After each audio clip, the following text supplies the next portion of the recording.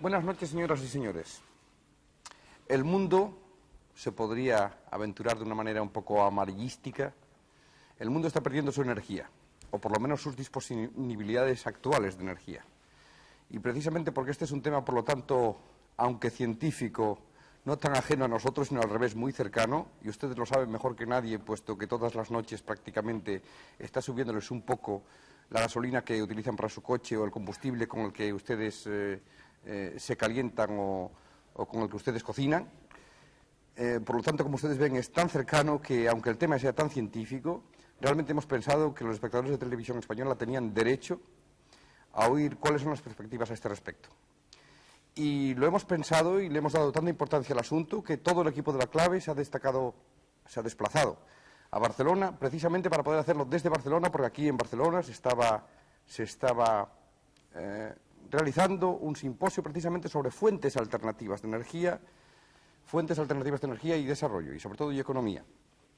Y porque aquí había científicos entre los más representativos a este respecto, e incluso ecólogos, que también es muy importante a la hora de hablar de este tema, es por lo que estamos en Barcelona, y quisiéramos que esta no fuera la primera vez que el equipo de La Clave pudiera desplazarse. Es bueno que haya sido la primera vez a Barcelona, a otros sitios, porque en este programa de queremos que sea de todos los espectadores, también queremos que sea de todas y cada una de las regiones de España.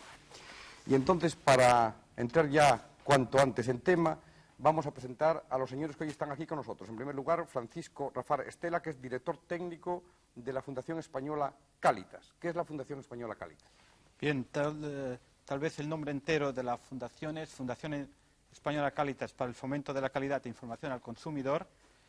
Es una fundación privada regida por un patronato formado por representantes de productores, consumidores, profesionales y universidad, que instrumenta en la práctica sus finalidades fundacionales a través del etiquetaje informativo, homologación de la calidad y una serie de trabajos que se realizan sobre temas de consumo, principalmente realizados en estos momentos para la administración pública que se han realizado. Entonces, yo querría señalar que mi posición aquí no está en tanto en representante de los consumidores, ni mucho menos, sino intentando aportar el punto de vista de un consumidor, de un ciudadano, delante de este tema que nos ocupa. Don Agustín Alonso es catedrático de Tecnología Nuclear, precisamente de la Escuela Superior de Ingenieros Industriales de Barcelona. Así es. Y además ha trabajado con la Junta de Energía Nuclear durante tiempo, es decir, su especialidad sería en este caso la energía nuclear, o por lo menos de lo que más puede hablarnos en el programa. Así es, he trabajado en la Junta de Energía Nuclear desde el año 1956 y desde el curso pasado soy catedrático de Tecnología Nuclear de la Universidad Politécnica de Barcelona. No sé lo que luego dirá el representante de los ecólogos aquí, y en cualquier caso ya otra vez que hemos tocado de cerca o de lejos, concretamente muy de cerca, a propósito de la contaminación, el tema de la energía nuclear, tuvimos representantes que atacaron duramente esta fuente de energía y no le daban tantas perspectivas halagüeñas como generalmente se supone, de modo que a ver lo que sale en este coloquio y a ver si se precisa más. El señor Hildebrand es, aparte de doctor en ciencias físicas y director del laboratorio de energía solar, precisamente un especialista en esto. Entonces yo quería preguntarle qué es el laboratorio de energía solar, qué es la torre solar exactamente, señor Hildebrand. El laboratorio de energía solar de la universidad tiene allí, participan los estudiantes y participan los profesores para integrar la energía solar dentro de la estructura de energía para el Estado. Estamos haciendo estudios experimentales tanto para el Estado como para el gobierno federal. La torre solar, este concepto de torre solar, es un concepto en el que se utilizan muchos espejos, heliostatos. Helio quiere decir el sol y stat significa estacionario. Y estos reflejan la energía y van a una caldera que está en la parte superior de una torre. Y así es una especie de parábola que tiene casi un cuarto de milla. Y luego se bombea el agua por esta torre y el calor del sol lo convierte en vapor y ese vapor baja por la torre ocurre y se utiliza por un servicio de energía para convertir la energía en electricidad, por ejemplo, de una forma ya normal. Y también hay problemas de almacenamiento y de transmisión, y la torre solar está haciéndose para resolver estos problemas. Creo que convendrá después a entrar más profundamente en el tema para que los espectadores y yo, es decir, aquí los profanos, nos enteremos un poco del asunto. A usted, profesor Joan Oró, ya no sé cómo presentarle. Es muy complicado porque yo creo que es la enésima vez que usted aparece en televisión española y es ya miembro titular prácticamente del equipo de La Clave. Le agradecemos el que hoy nos haya ayudado tanto precisamente a contar aquí con estas personalidades. Ya saben ustedes que el señor Oró, aparte de trabajar como profesor en el Departamento de Ciencias Biofísicas de la Universidad de Houston, ha estado vinculado a la NASA, Proyecto Apolo. Actualmente todavía el Proyecto Vikingo, profesor, ¿o ya? ¿Cómo está eso? Sí, todavía continúa, quizás se termine dentro de pocos meses, pero los aparatos todavía funcionan y hace poco, como noticia de interés, se observaron unos copitos, yo diría casi para, en fin, que se entienda en general, de nieve, que no se sabe exactamente si son de nieve de agua o nieve de dióxido de carbono, pero una cosa muy interesante porque es la primera vez que se observa un fenómeno físico en el acto de ocurrir en el planeta Marte, que está a millones de kilómetros de la Tierra. Señor Oró, ¿qué proyectos tiene cara a la vida cotidiana en el próximo futuro? Bueno, y como usted ya sabe, yo siempre me he preocupado por problemas fundamentales, particularmente los estudios con relación al origen de la vida, y esta es la parte donde yo dedico mis mayores actividades. Es decir, se trata esencialmente de síntesis de compuestos bioquímicos para comprender cómo se originó la vida hace, pues, quizás unos 4.000 millones de años en la Tierra primitiva. Claro, comprenderá, es un problema a largo plazo y... A ver si no se acaba todo este punto de vista por lo menos tanto.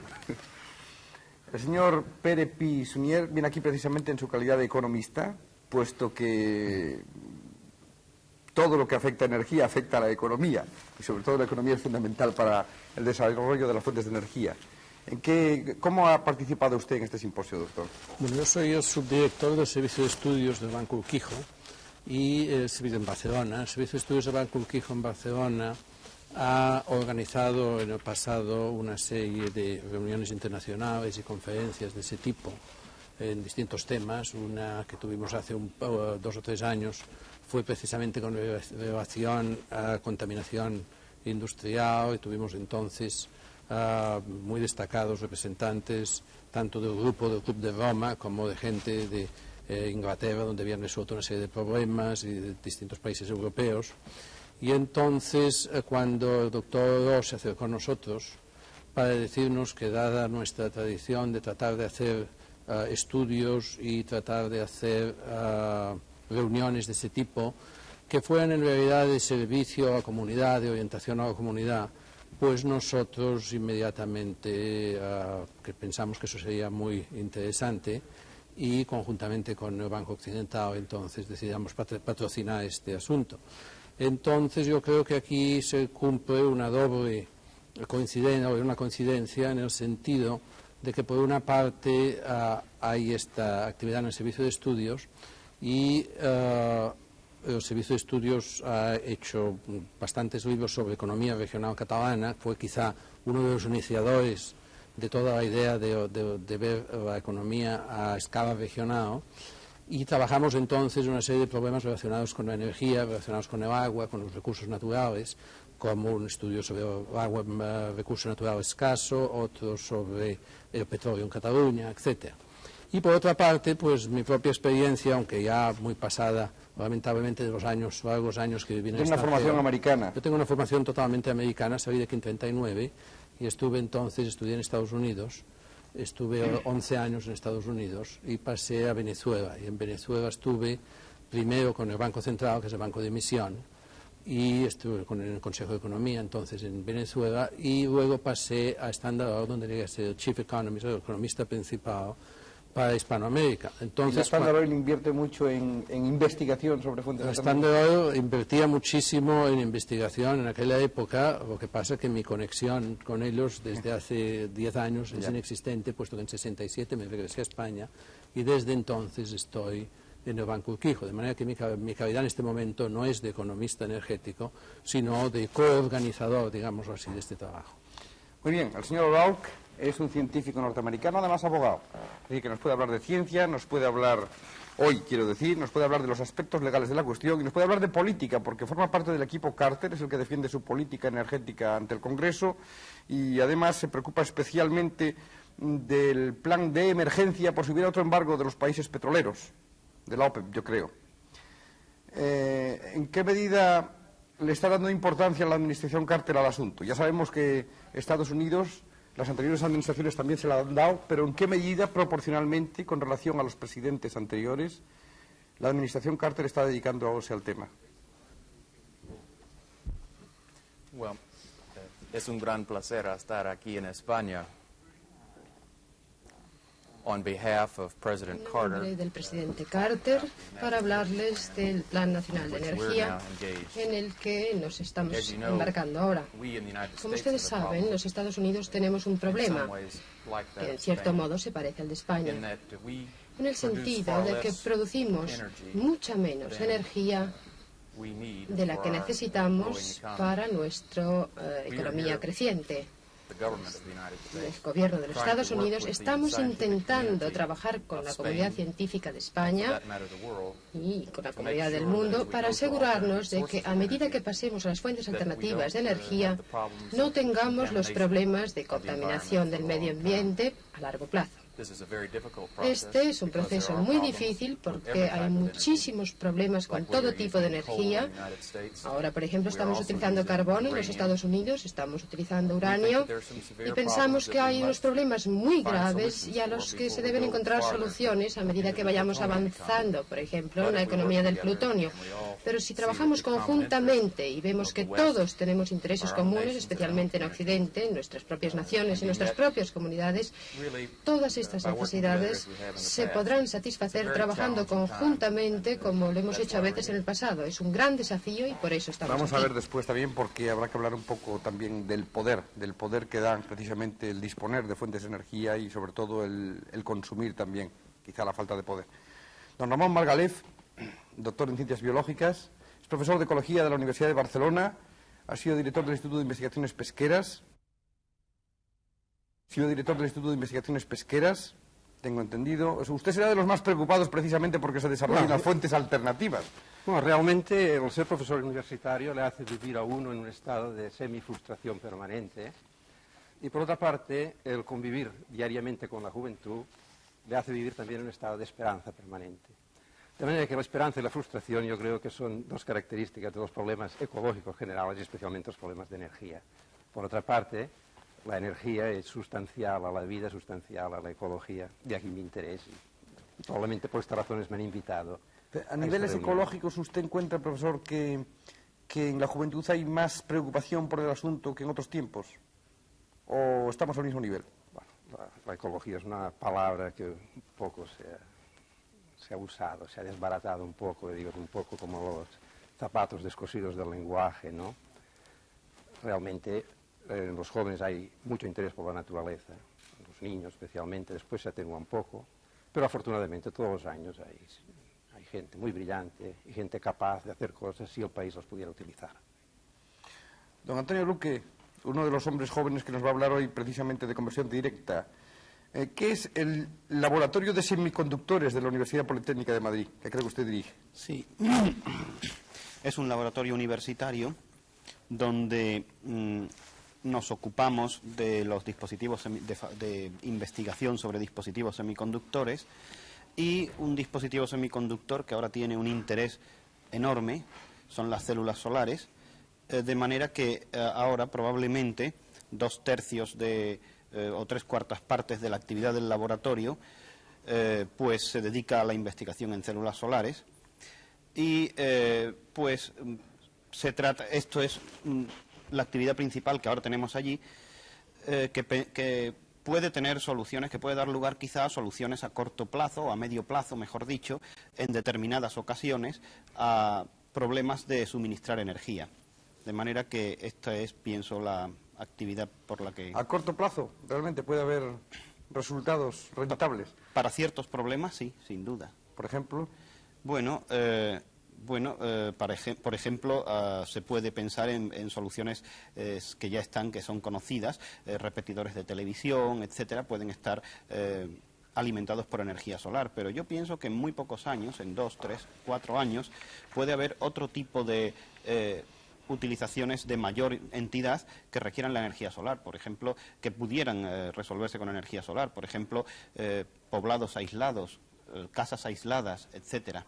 De manera que yo creo que sí es cierto que a corto plazo hay una serie de aplicaciones posibles. Sí, el equipo de la clave precisamente dispone, cada uno de sus miembros, de unos mecheros que usted conocerá, de energía solar que nos regaló su fabricante en su momento, porque también hubo un representante de la casa en cuestión. Y lo que hay que ver es en qué medidas son realmente eficaces o no son eficaces, porque era un poco complicado hacer encender los cigarrillos llegado el momento. Como cosa curiosa, quizá como aplicación real, vamos a ver si a corto plazo, como usted dice, va a poder ser aplicable. Pero en fin, cuanto antes, para luego entrar en discusión, cuanto antes vamos a pasar la película. La película, como ustedes saben, es Bahía Negra, es del año 1953, dirigida por Anthony Mann, que primero fue actor, después fue director de teatro, desde el 42, y por fin en los años 50 o 60, la década del 50 al 60, se convirtió pues, en uno de los más conocidos directores de western, que era un poco su especialidad. Hizo películas como Horizontes Lejanos, como Winchester 73, como Colorado Gin, aparte de su fama precisamente por haber estado casado con la española Sara Montiel. Anthony Mann ya lo existe, pero aquí tenemos Bahía Negra, que es precisamente el tema del petróleo, de los problemas que crea el petróleo en relación con la ecología marina o con la ecología fluvial en un momento dado. Precisamente para hablar de petróleo es para lo que después entraremos en coloquio, porque a partir del petróleo, que ha sido un tema que ya hemos tratado el año pasado, por lo tanto no hay que entretenernos demasiado en él, vamos a ver precisamente a falta de petróleo, en esta situación por la que ahora pasa el mundo, a falta de petróleo, a falta quizá de la rentabilidad de carbón, vamos a ver en qué medida las otras fuentes energéticas van a ser rentables. Nada más, por lo tanto, después de Bahía Negra nos vemos de nuevo.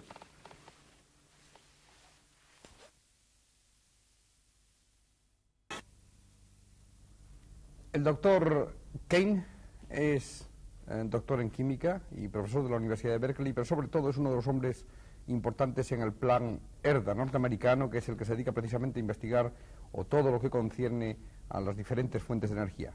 El doctor Kane era otro de los que participaban en este simposio de Barcelona y precisamente no puede estar aquí pues por falta de medios. Realmente el coloquio ya dejaría de ser coloquio si fuéramos más de los que ya somos, que somos el número máximo posible. Pero le hemos hecho 2 o 3 preguntas al doctor Kane que merece la pena oír. Es un experto precisamente en fuentes inagotables de energía, es decir, en toda clase de fuentes de energía todavía no aplicadas ahora. Are inexhaustible energy sources science fiction or can they be applied now? No, no es ciencia ficción. Muchas de estas fuentes existen ya. Algunas son inagotables porque se renuevan, como la energía hidráulica. Algunas ya existen, pero para otras faltan muchos años todavía en llegar.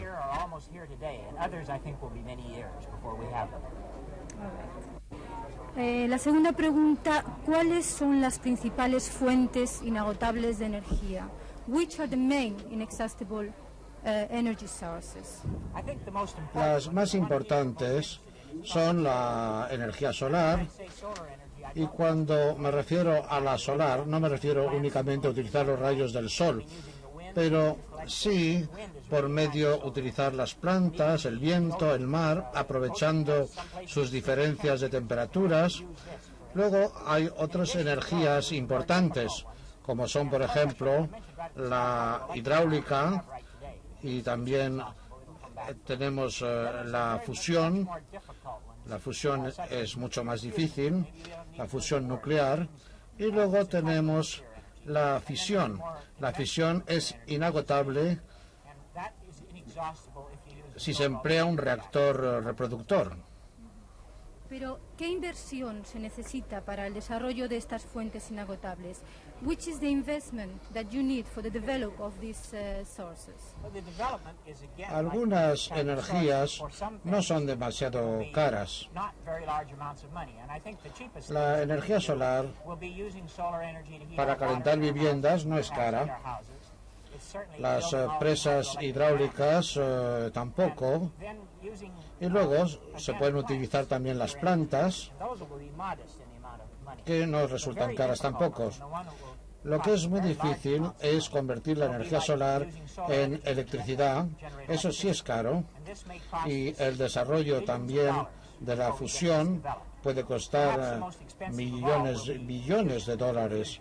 Podemos decir que la fusión costará de 10 a 15.000 millones de dólares el desarrollarla.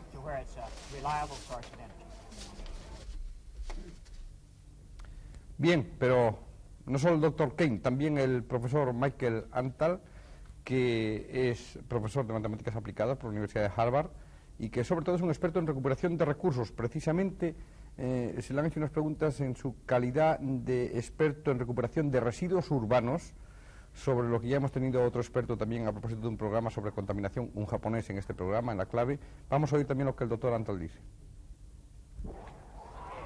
Doctor Antal, ¿puede la basura recuperarse? Can garbage be useful? Sí, la basura es muy útil. Contiene metales que pueden recuperarse, contiene también vidrio, que también tiene mucha energía, y tiene combustibles que pueden ser útiles también. ¿Hay ciudades ya que han resuelto este problema? Are there cities which have solved this problem or are working on this problem? Se me dice que Barcelona ha hecho grandes progresos en este sentido. Hay muchas ciudades también en Estados Unidos, en el estado de Massachusetts, también en el estado de Connecticut y también la ciudad de Nueva York está haciendo importantes realizaciones en este sentido. Pero ¿vale la pena reconvertir la basura? This energy reconversion, is it worthwhile? Sí que vale la pena, sí. Cuando se ve en la basura papel, hay que darse cuenta que el papel tiene las mismas calorías que el carbón y además es mucho menos contaminante. Entonces, ¿por qué comprar carbón cuando dentro de la basura tenemos ese papel? Bien, ya han oído ustedes a dos expertos más que deberían estar hoy con nosotros aquí en el coloquio y que por falta de posibilidades técnicas no pueden. Pero esto nos orienta ya más. Precisamente al final del film veíamos que evidentemente, como siempre, en todo paso hacia adelante en el mundo del desarrollo de todo tipo, siempre hay confrontaciones sociológicas. Vamos a ver en qué medida se pueden salvar algunas de ellas a partir de este momento. No olvidemos de que Barcelona yo creo que es un punto de partida de todo aquello que han hablado estos señores, que hemos hablado, que hablamos en Barcelona. Yo creo que salvados los inconvenientes, algún día saldrán fuentes de energía, por lo menos, si no infinitas, por lo menos crecientes por el momento. Bien, y entonces empezamos ya. Yo quería preguntar al señor O'Rourke, precisamente porque yo quería preguntar lo siguiente. Parece ser que el 85% de la energía que se consume en el mundo, más o menos, en este momento, la consumen precisamente los países desarrollados.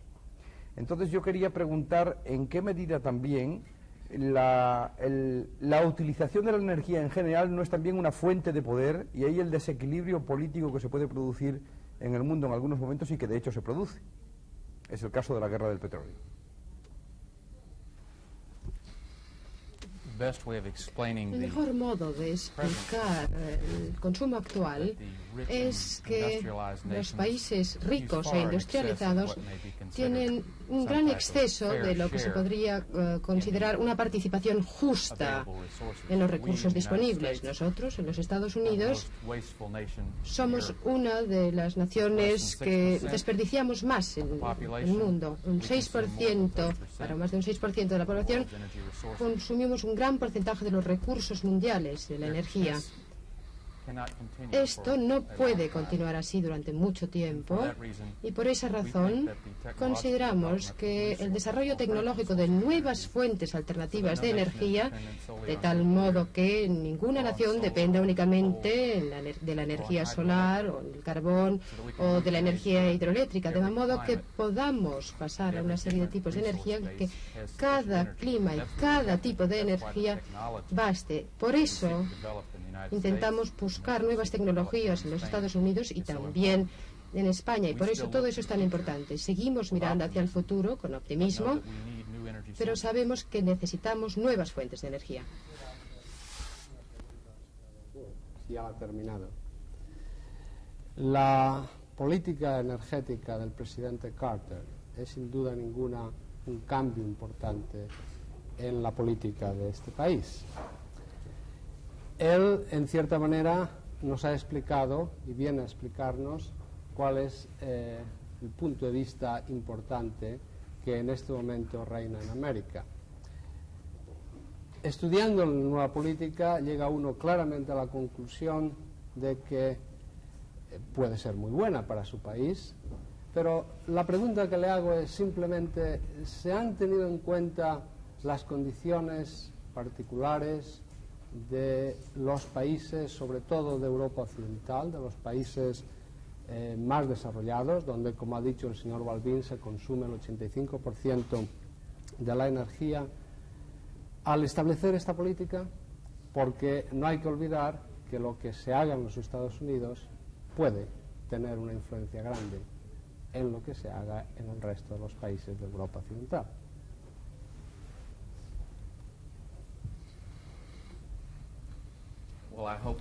Espero que así sea. Yo no pretendo que el periodo que estamos pasando ahora no sea otra cosa sino un periodo muy difícil. Los Estados Unidos, como ustedes saben, está reconsiderando mucho su política nuclear, la está reconsiderando. Nosotros estamos en contra de exportar la técnica del reproceso. Creemos que el plutonio y el reactor reproductor y que es lo que Europa está ahora buscando autorizar, significa una gran amenaza para la paz. Esto es un factor que motiva muy seriamente al presidente Carter. Ha sido algo que también ha motivado incluso al Partido Republicano y al presidente Ford en la administración anterior. La política europea y la política de Estados Unidos nunca serán las mismas. Yo espero que haya algún enfoque o planteamiento científico que podamos estudiar, quizás podamos compartir parte de la carga financiera de la seguridad y de los desperdicios. Nosotros no podemos resolver el problema de la no proliferación desde los Estados Unidos con una simple política tratando de cortar los programas nucleares en España, por ejemplo, y eso lo sabemos. Lo que pedimos únicamente es que consideren ustedes la posibilidad de que en la próxima generación, en España y en toda Europa, que quizás tengamos otras fuentes de energía, aparte de la basada en plutonio, la energía nuclear basada en plutonio, que es la que estamos mirando ahora. ¿Y no cree usted que el problema del plutonio se puede resolver por muchos otros medios distintos de los de tratar de frenar de alguna forma la utilización de este material?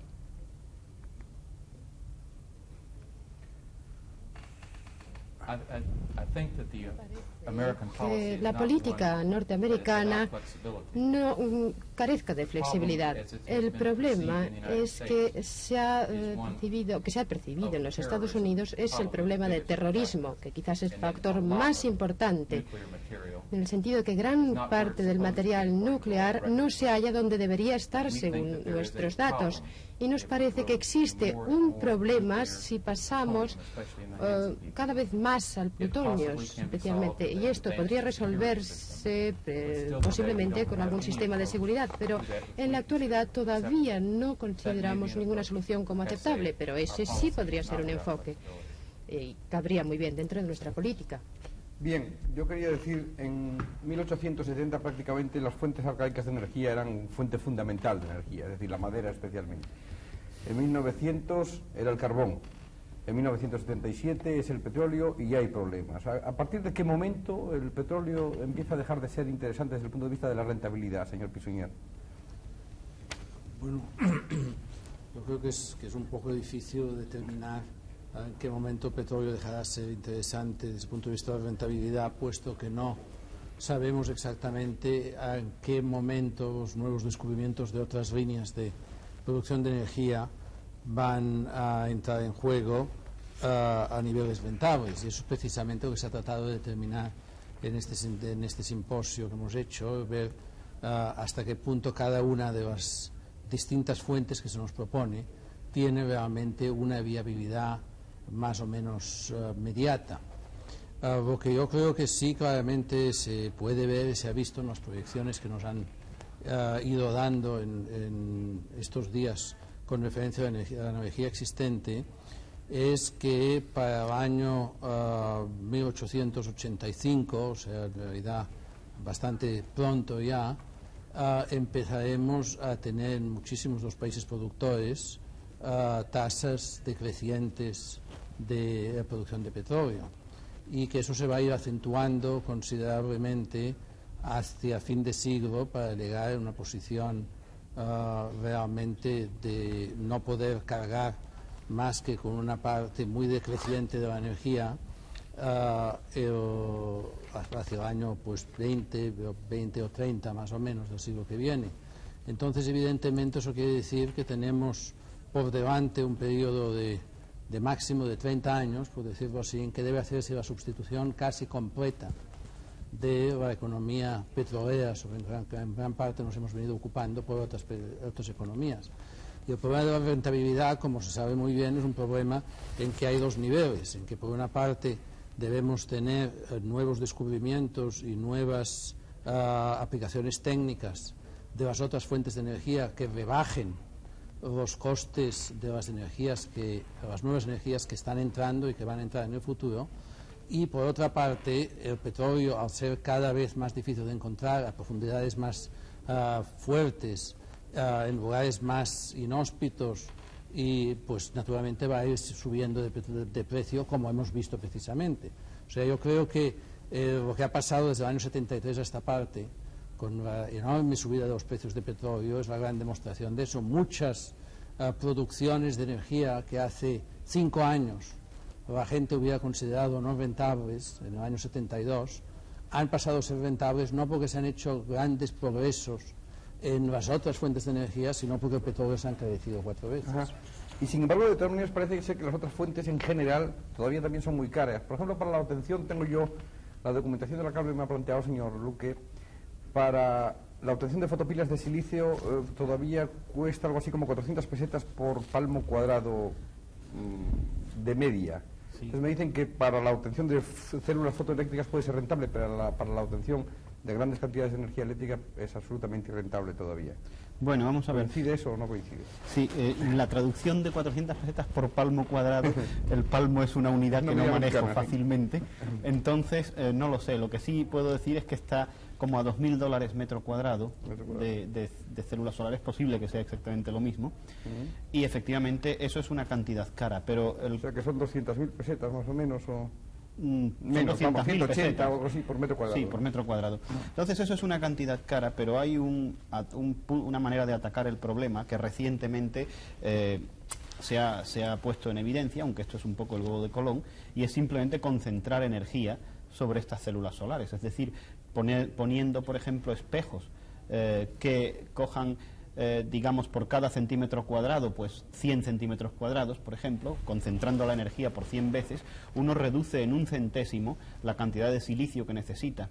Entonces, en principio, de célula solar, quiero decir, las células solares se hacen de silicio, muchas de ellas, la mayor parte de las que hoy se usan. Entonces, esto quiere decir que esto quedaría reducido a una cantidad que es la milésima parte, $20 por metro cuadrado de colección es la cantidad que uno necesita poner en silicio. A eso hay que añadirle, naturalmente, el coste del concentrador, que puede ser hoy pues del orden de pues quizá $100 por metro cuadrado de concentrador, pero este simple procedimiento es ya un método de ataque que rebaja, que permite reducir enormemente los precios de la energía obtenida por efecto fotovoltaico. Esto no quiere decir que sean ya competitivos, quiere decir que esto es un primer ataque y que ahora nos encontramos con que junto con los procedimientos también solares de tipo térmico, pues empieza a vislumbrarse un camino para conseguir precios que pueden, en un plazo no excesivamente largo, si no ponerse al nivel de otras fuentes de energía, quedar un poco por encima, pero no excesivamente por encima, o sea, quizá 1 o 2 veces por encima, por una parte. Y por otra parte, quizá otro punto que quisiera precisar es que el coste de la energía tampoco es igual en todos sitios. No es igual en una gran ciudad que, por ejemplo, en una región aislada, en un pequeño pueblo, porque para llevar la energía a este pequeño pueblo hay que establecer una línea especial que también tiene un coste adicional. Entonces hay muchas regiones donde podría ser ya rentable el emplear energía solar, quizá de tipo fotovoltaico, quizá de otros tipos, quizá de tipo heliotérmico, pero hay regiones donde ya puede ser rentable una vez que se tenga experiencia de ingeniería, que todavía no se tiene, pero que esa se puede adquirir en unos 3 años o algo así. Las casas calefactadas hasta ahora con energía solar, en Francia hay algunas, en América, en general están bien calefactadas y suelen ser caras hasta ahora. Bueno, yo siento mucho poder contestar mal a esa pregunta, porque mi especialidad es fotovoltaico, es decir, es producción de la energía eléctrica por conversión directa a partir del sol. Quizá el doctor Hildebrand está en mejor situación para contestar a esa pregunta. Pues bien, una planta piloto de 10 megavatios, de 10.000 kilovatios, que va a ser construida en California, en Barstow, es la primera de este tipo de concepto de torre solar. El coste será alto, serán unos $7.000 por kilovatio. Quizás un poco más todavía de $7.000 por kilovatio. Pero ya una planta de demostración en escala plena, una de 100 megavatios que vendrá después, se estima que costará unos $2.200 por kilovatio eléctrico. Doctor Hildebrand, ¿se podría precisar para que nosotros pudiéramos comparar un poco? $2.000 por kilovatio dice que sería si se establecieran 100 megavatios de potencia. Entonces, ¿se podría precisar comparar con otros tipos de energía? Estos $2.000 por kilovatio, por ejemplo, en energía nuclear, ¿cuánto costarían? En petróleo, ¿cuánto costarían? ¿Se puede precisar exactamente? Pues no sé cuánto cuestan aquí las plantas de petróleo. Yo las compararía más bien con las plantas nucleares, con las centrales nucleares, que son más parecidas a las solares porque son intensivas en capital. Las centrales nucleares son unos $1.200 por kilovatio.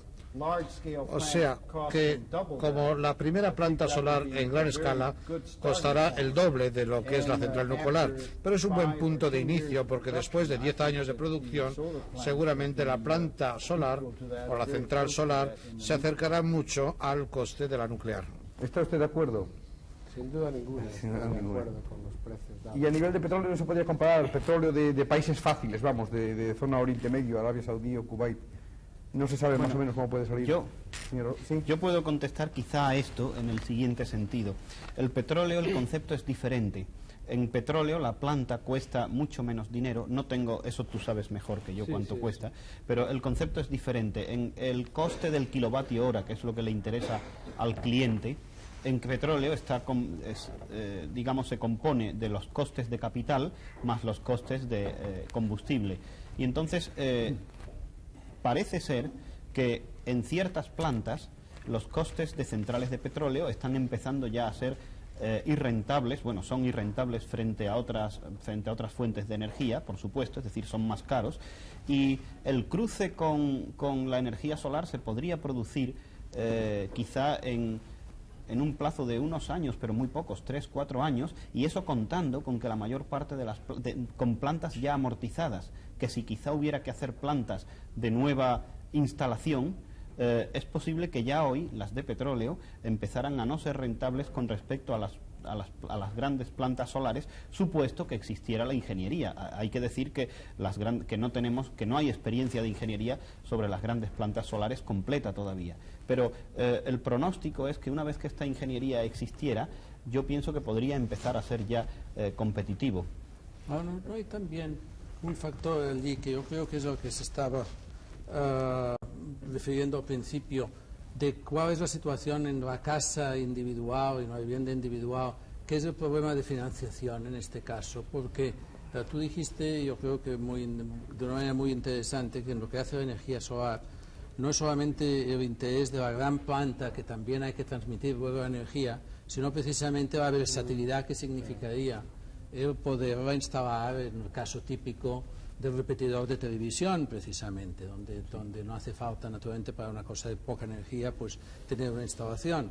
Entonces, según se ha dicho estos días en el simposio, y me ha parecido a mí uno de los factores interesantes, la casa media que pudiera organizarse con técnicas ya existentes para tener calefacción solar podría representar, corríjanme si es distinto, pero 15 al 20% por encima de los costes de construcción de una casa normal, teniendo en cuenta, claro, que no se puede contar solamente con con la energía solar para toda la energía, sino hay que también tener también las conexiones para cuando llueve y para cuando... El almacenamiento de energía, que es otro capítulo. Sí. Entonces el problema aquí sería fundamentalmente, o sería en gran parte, el problema de la financiación, de cuando sobre todo en países en los cuales la vivienda es como en Estados Unidos, y creo que el profesor Burke nos puede contar eso mejor, en que la vivienda es una adquisición individual con hipotecas, etcétera,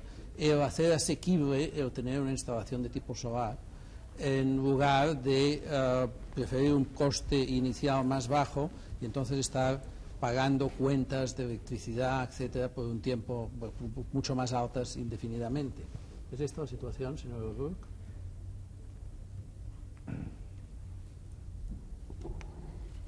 Pero sin embargo, al considerar la energía solar para el uso en las ciudades, se presentan inmediatamente, me parece, dos problemas. Un problema es la alta densidad de población.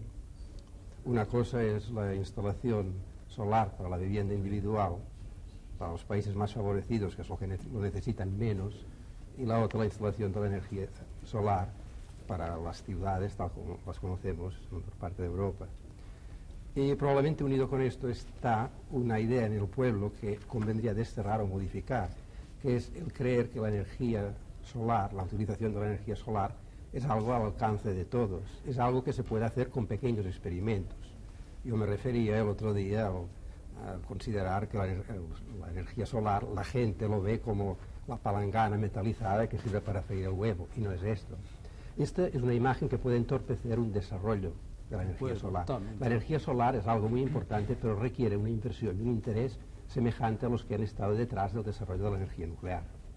Yo tengo ahí unos datos que aparecen en los anales del ICAI del 75, que dice que la inversión por kilovatio para el montaje de una central nuclear es más o menos igual al el que se necesita para el funcionamiento por energía solar, o sea, la nuclear y la solar, pero que sin embargo luego la obtención por kilovatio es más barato en la solar. ¿Es esto también cierto o no es cierto? Bueno, realmente tenemos que tener muy en cuenta y muy presente en esta discusión económica, cuando nos referimos a la energía solar, el hecho de que no hay centrales ni siquiera de demostración.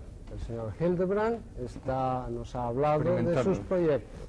Y claro, yo recuerdo cuando la energía nuclear empezó, todo el mundo estaba haciendo cálculos económicos con los prototipos de centrales nucleares del momento y hablaban de cifras económicas que eran francamente optimistas, y cuando esos prototipos de centrales nucleares entraron en funcionamiento y se obtuvieron datos reales, resultó que la economía era mucho peor de la esperada, tanto que en un principio pues incluso se puso en duda la viabilidad de la energía nuclear. Entonces es muy conveniente tener en cuenta que cuando se haga la ingeniería, que el profesor Luque dice que todavía no está hecha, pueden aparecer hechos no previstos, gastos inesperados, vamos, claro, que hagan cambiar en un sentido o en otro el aspecto económico de la cuestión. Sí, Rafael quería intervenir. Sí, vamos a ver, es decir, yo creo que si me sitúo un poco en este ciudadano, en este telespectador que se está oyendo en esta discusión, creo que le surgen inmediatamente algunas preguntas. Es decir, creo que el ciudadano lo que quiere, digamos, y aquí le podemos intentar esclarecer un poco qué es lo que le va a brindar el futuro, un poco en cuanto a ese tema de la energía.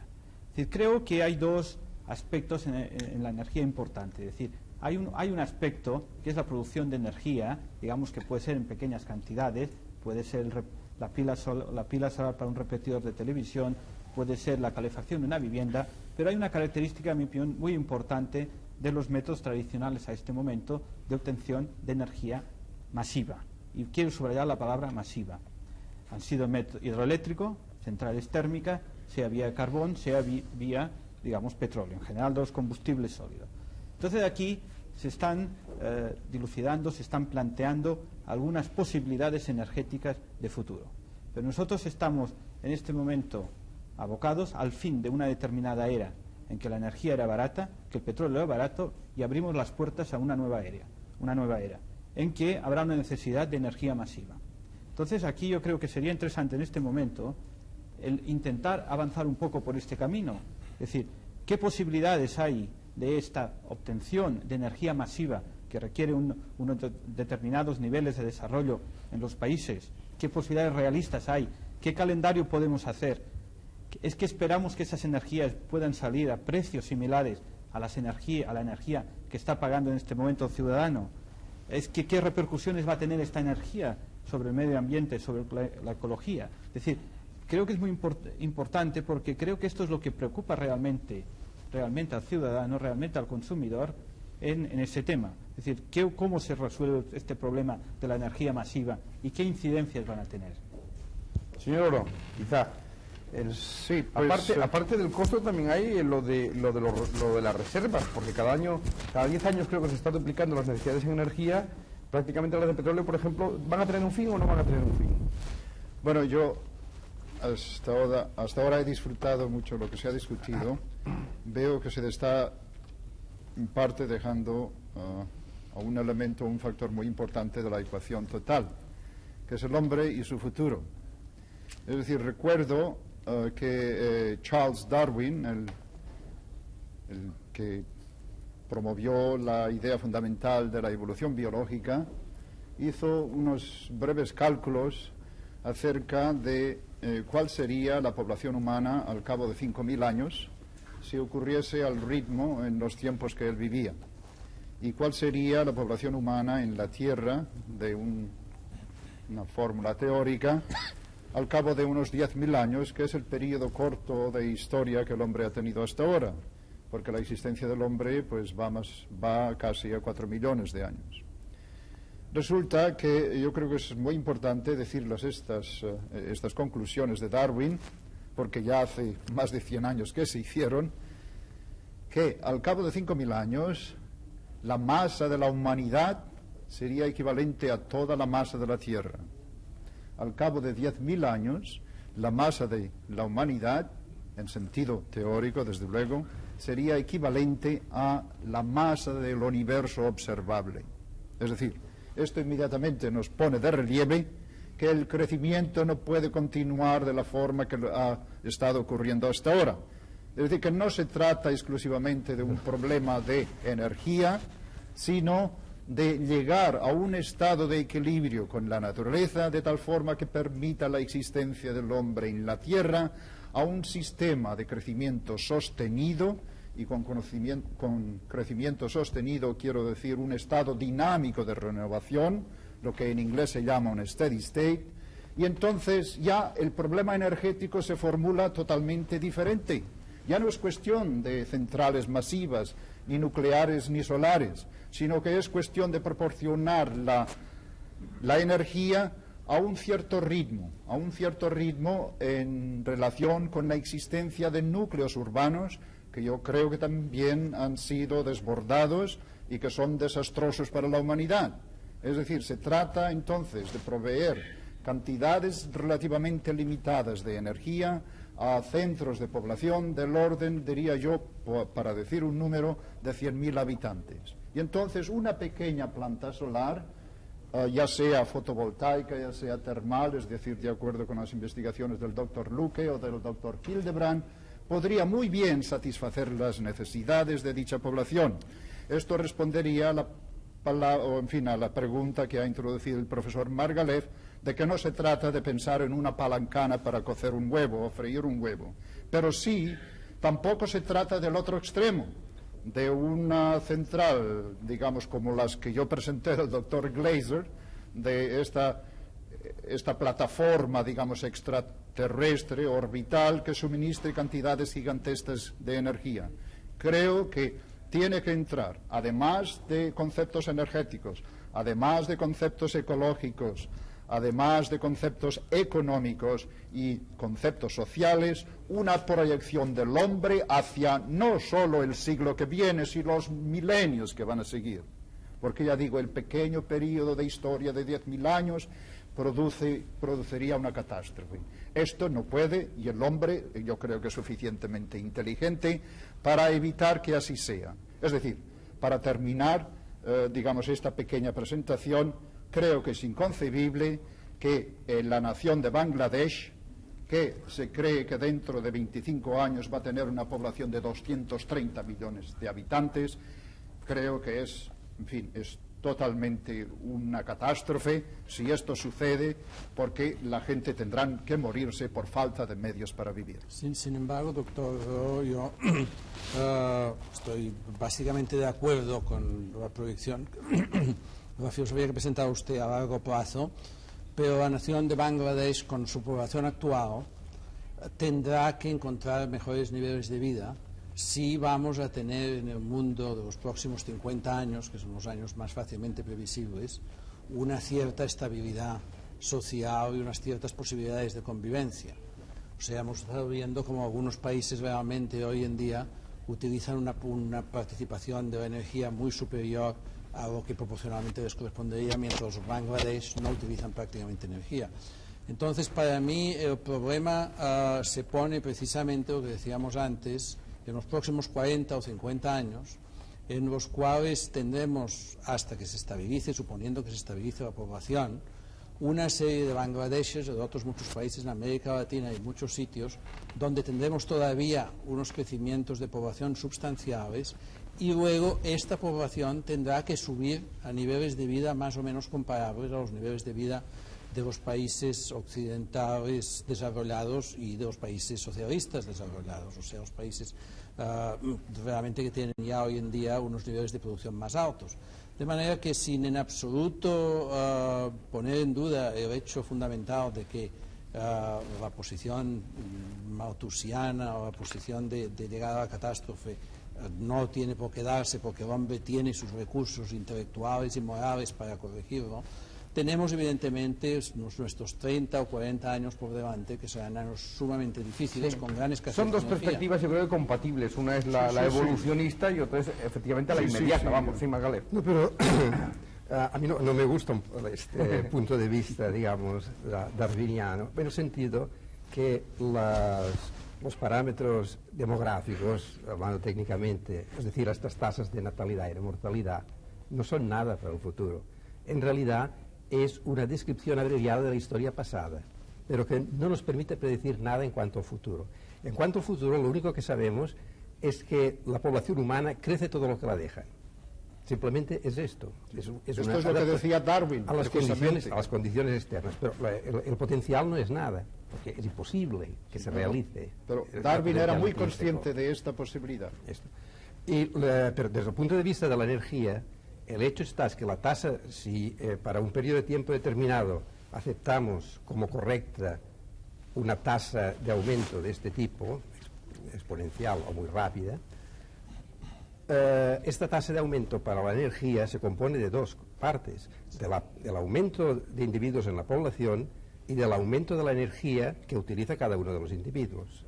De manera que la estrategia para el futuro, digamos, si el hombre fuera capaz de pensar en este sentido, yo digo que cuando los naturalistas y los políticos hablan de estrategia, yo siempre pienso en mi experiencia de la guerra. Yo he estado como soldado en la guerra y para mí ha sido una imagen, una confusión extraordinaria. Pero supongo que algún general más tarde escribirá sus memorias sobre esto. y se creerá, ¿no?, que ha sido una estrategia. Y es así como hacemos los ecólogos muchas veces. Sobre ¿no? eso también del aumento de consumo por habitante también es curioso. Esto es muy importante. Todo lo que tengo es que en 1970 el norteamericano medio consumía 11.800 kilogramos de equivalente carbón por año, mientras que en Costa de Marfil consumían 150 por habitante. Aquí está el Era un poco lo que decía Rolf, aquí el momento del desperdicio, del despilfarro, ¿no?, de energía. I think we have a new problem facing us we are Nosotros que ahora estamos aproximándonos a la consideración de una tierra finita en la historia, en el pasado. Las perspectivas para sus pobladores eran muy infinitas, pero a medida que la tierra se va haciendo finita, el problema va siendo cada vez más grave. Me parece que ahora tenemos nuevos medios de comunicaciones en todo el mundo que realmente no habían estado disponibles en el pasado.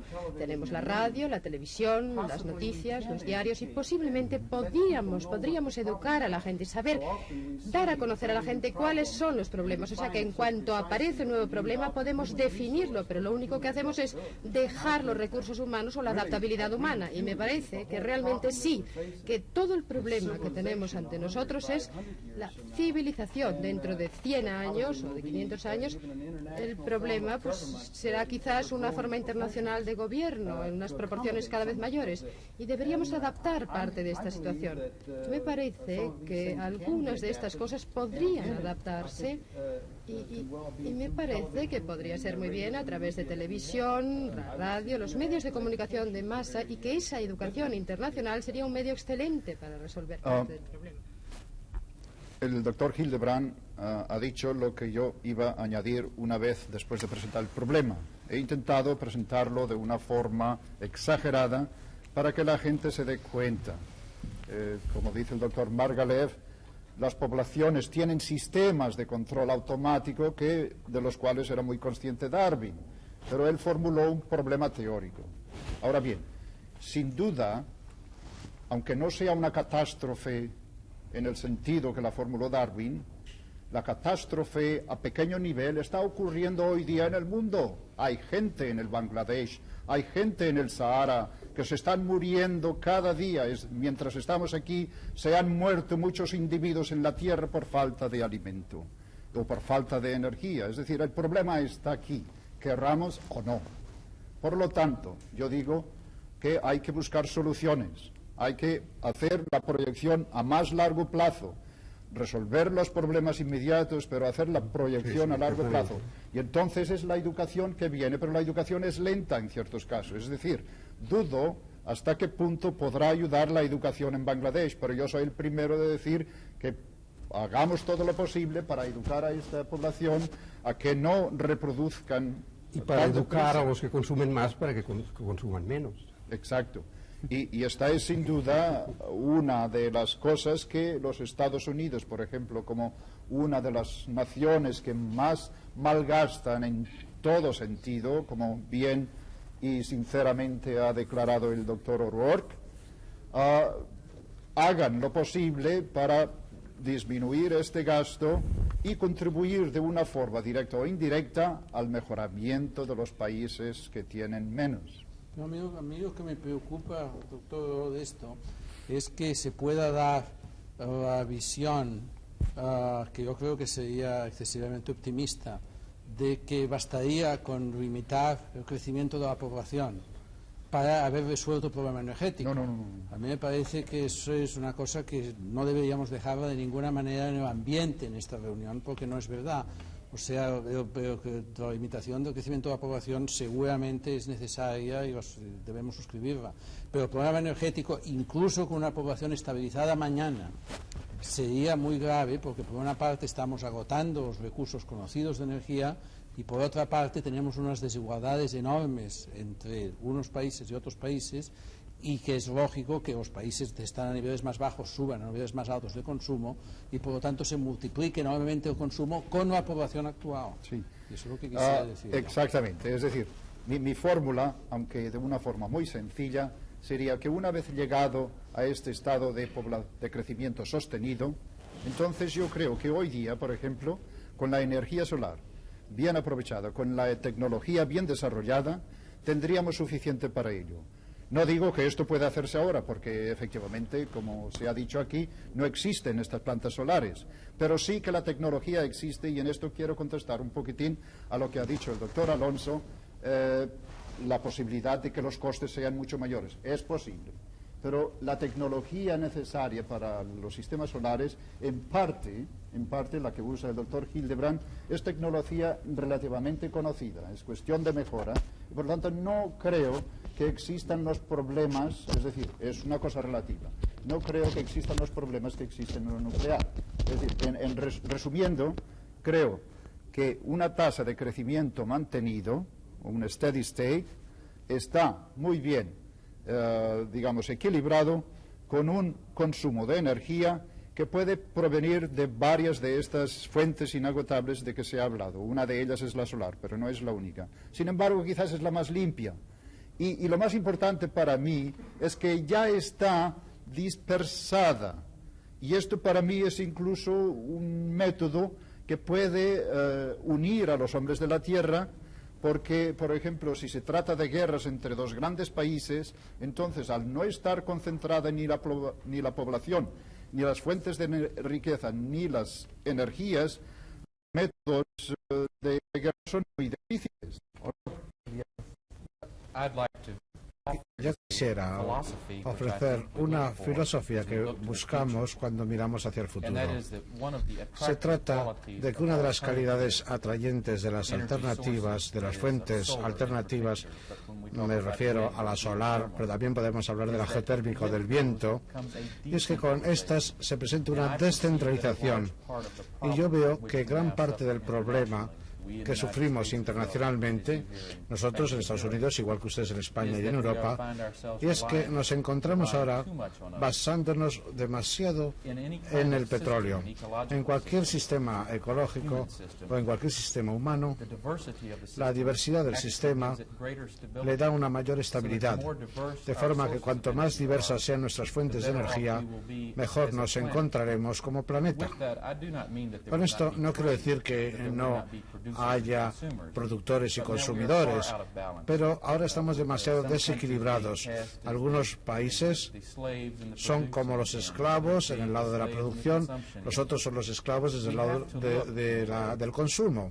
Tenemos que hacer de forma que cada lugar haya una interdependencia, pero dentro de un equilibrio superior y mejor.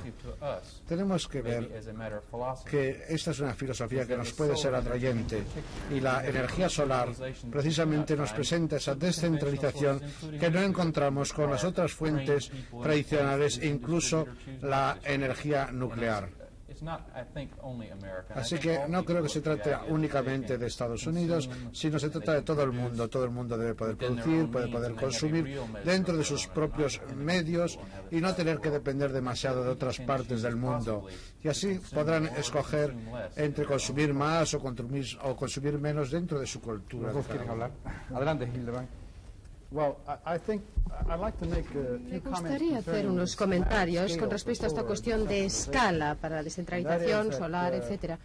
Y es que concretamente el concepto de torre solar que citábamos antes es que se puede reducir la escala, la que teníamos por ejemplo en la energía nuclear, pero que por otra parte hay un tamaño mínimo que se requiere para un funcionamiento eficiente. Me parece que no es sensato intentar decir pasar al consumidor individual, porque con un sistema que yo llamaría banal, sino que se necesita un cierto nivel de acoplamiento.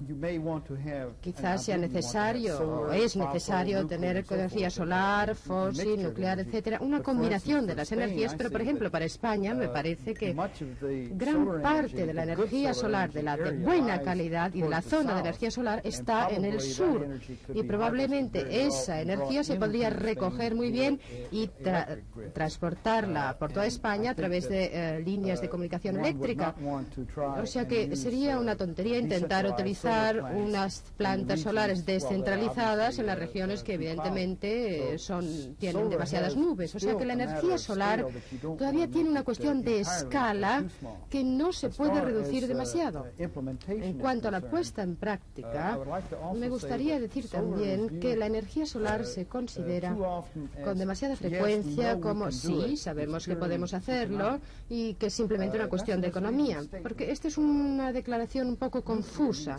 La energía nuclear requiere más ingeniería para ulterior desarrollo, pero el problema con la energía solar es escoger un enfoque adecuado, como ha dicho usted, no simplemente pasar 5 o 6 direcciones, sino coger una o dos, invertir el esfuerzo de ingeniería necesario y seguir hacia adelante. Personalmente creo que en 1985 y ciertamente en 1990 se puede iniciar un impacto en el sentido de afectar a la situación energética con las centrales de torres solares, pero hasta ese momento las empresas eléctricas quieren tener un producto barato. Por ejemplo, las empresas, las compañías eléctricas tienen un aspecto de redes muy fiables que deben satisfacer, pero me parece que entre 1985 y 1990 se podrá introducir un impacto muy importante de la energía solar, pero antes de eso nada. Sí, yo quisiera hacer, si me permite, señor Balbín, un par de observaciones. Creo que la pregunta del señor Rafar es una pregunta básica, puesto que se dirige al consumidor, y no la hemos contestado. Creo que él se ha referido a que hay que producir cantidades grandes de energía. Claro, el problema que se presenta es cómo producimos esas cantidades grandes. El señor Pisunier ha dicho que hay que elevar el nivel de vida de muchos pueblos, incluido el nuestro, para hacer que la gente viva mejor, y eso necesita sin duda energía.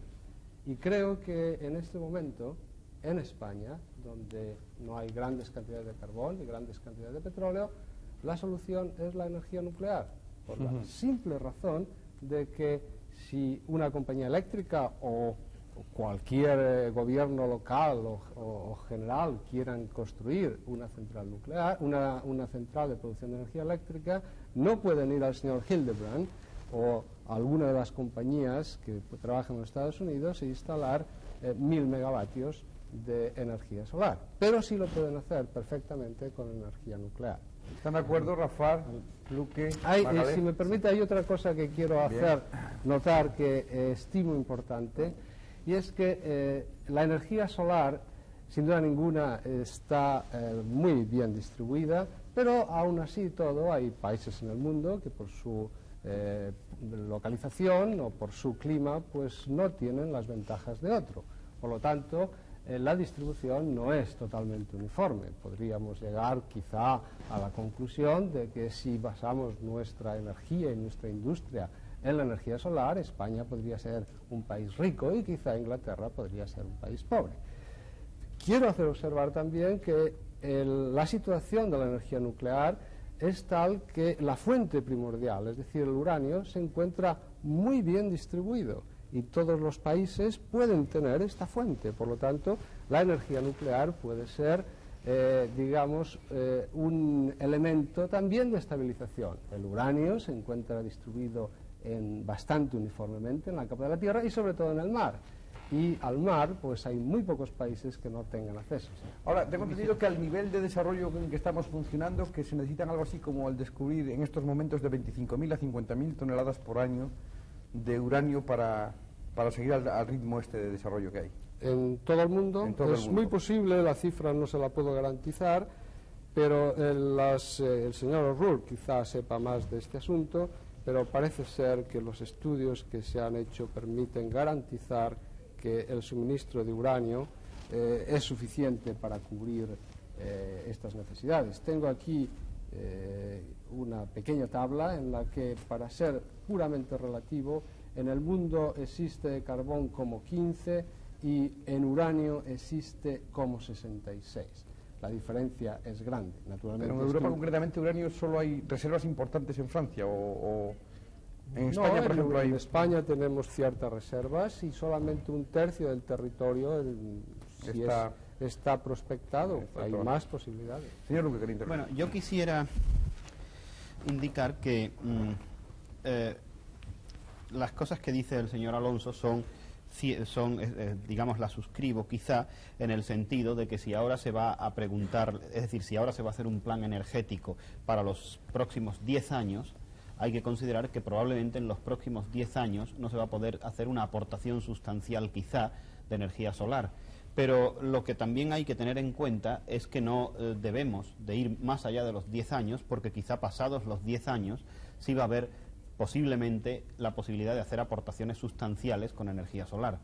De manera que eso sería bueno que lo tuvieran en cuenta los políticos, los partidos políticos, la administración, etcétera. Es decir, probablemente no podemos evitar el utilizar los 10 primeros años, pero posiblemente debemos pensar que después ya la cosa es diferente. Lo segundo es que Alonso ha dicho de alguna forma que el doctor Hildebrand está haciendo una estación solar y que podremos comprarles a los americanos dentro de 10 años la estación solar. Bueno, yo creo que sería bueno que todo el mundo supiera que en España tenemos una situación, por supuesto que en América se están haciendo cosas muy importantes, pero en Europa recientemente se ha aprobado el empezar un proyecto de una planta de torre central como la que están haciendo en los Estados Unidos, que será, junto con otra en Francia, las más importantes de Europa, que están también las dos en el mismo estado de proyecto. Quizá de manera que es posible que compremos la tecnología a los Estados Unidos, pero es posible que no la compremos, o es posible que compremos unas partes y otras no, pero en fin, que no tenemos que pensar que vamos a estar, así como en nuclear estamos mucho más sometidos a comprar tecnología por ahí, en solar podemos llegar a no estarlo. Quizá lo tercero es decir que, bueno, eso se ha dicho ya varias veces, España tiene una situación privilegiada, sobre todo para la primera etapa de energía solar, que tiene que ver con radiación solar directa, es decir, con sol brillante, ¿no? Entonces, en Europa Occidental probablemente es el país de situación más privilegiada. En los Estados Unidos hay zonas muy privilegiadas, pero en Europa en general es peor. Y quizá lo cuarto es decir que desde luego la energía nuclear no es una energía que por el hecho de que el combustible esté en cualquier país, el combustible cuenta muy poco en la explotación. Es decir, Alonso ha dicho que porque el combustible está en cada país, la energía nuclear también es ecualizante o igualizante de las situaciones. Yo siento disentir porque la energía nuclear, el coste del combustible es una pequeña parte del coste de la explotación, es mucho más importante el coste de la tecnología, y el coste de la tecnología está altamente digamos, monopolizado. Bueno, yo quería, de todas maneras, como vamos a tener que pasar a los espectadores que tienen su derecho a intervenir y si no se van a quedar sin tiempo, quería que tocáramos muy someramente otras 2 o 3 energías de las que solo se ha hablado de pasada.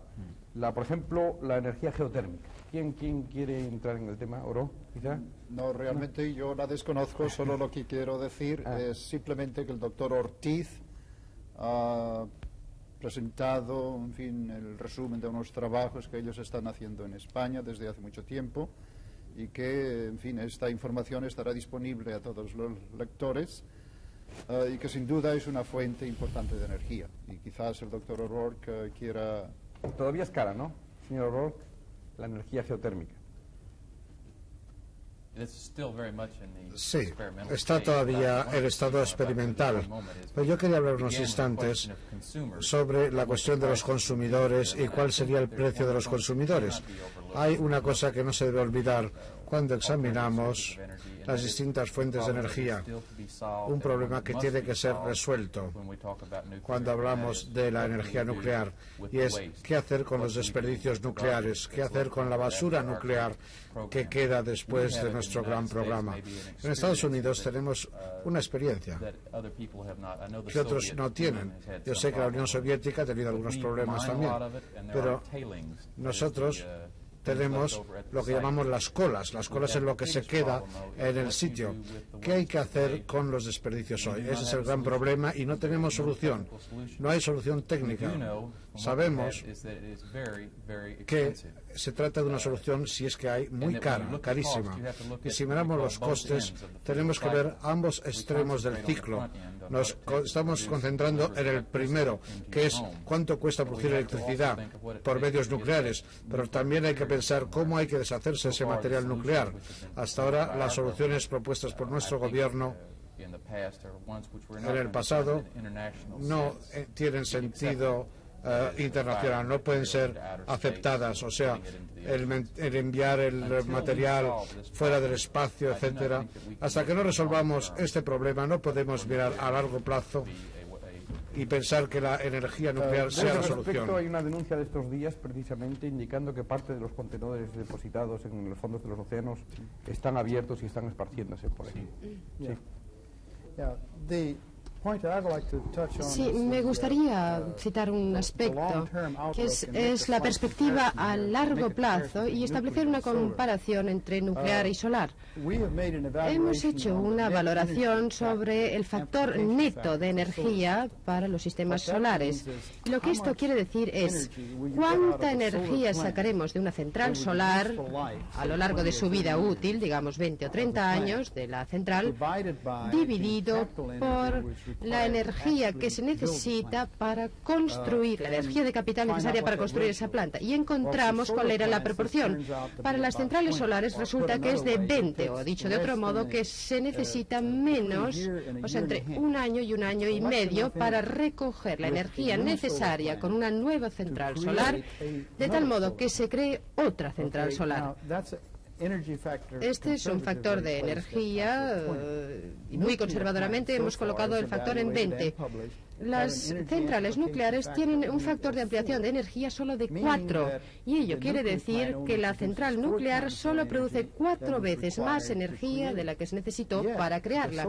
Sin embargo, las centrales solares se van reduciendo mucho y se van acercando mucho al precio de las centrales nucleares y deberían suponer una ventaja enorme con esa proporción tan enorme de 20 a 1 y de 4 a 1.